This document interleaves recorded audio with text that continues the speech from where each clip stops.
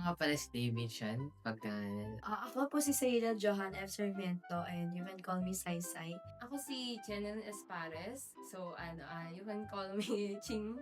My name is Adriel Matthew Bigoban. I'm one of the members of Alpha Batch 1. Ako nga pala si Allen David Biuban at kasama ako sa mga members ng Alpha Youth Series Batch 1. 15 years old, grade 9, nag-aaral sa Colegio de Galupit.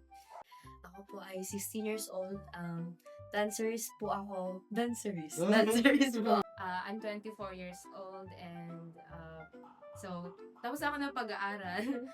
I'm 14 years old and I'm currently on music ministry of this church. I am 16 years old, nakatira ako sa Kalumpit, Bulacan and kasama ako sa music ministry.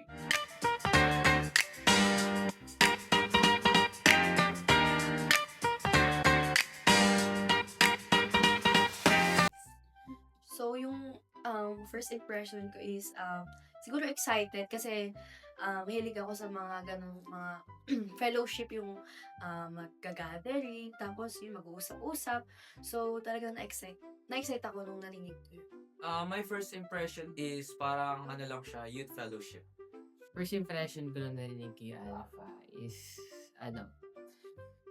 good thing agad siya. Like, gusto ko kasi ng grouping. So, nung inintroduce sa amin yung Alpha, natuwa ako siya, na-excite ako siya, pre. Gusto ko ng mga ganong, ganong fellowships. Kasi dun nag-grow, hindi lang yung relationship mo sa ibang tao, pero yung relationship ko din kay My quick expression about that is I expect to learn some new stuff. For example, the journey of your relationship with God. Actually, ang naisip ko dyan sa Alpha Youth Series, akala ko series siya ng leadership training about sa mga youth para para mahasa yung skills nila and makita na meron silang skills sa pagiging leader. Pero nung na-experience ko na siya, so di man pala ganun. So, noong una kasi medyo may pressure sa akin, ganyan. Pero nung na-experience ko siya, hindi naman pala. Sobrang, naman pala, parang medyo chill-chill lang, ganyan. Kumbaga, meron ding kahit pa ba na intimate relationship dun sa mga kasama.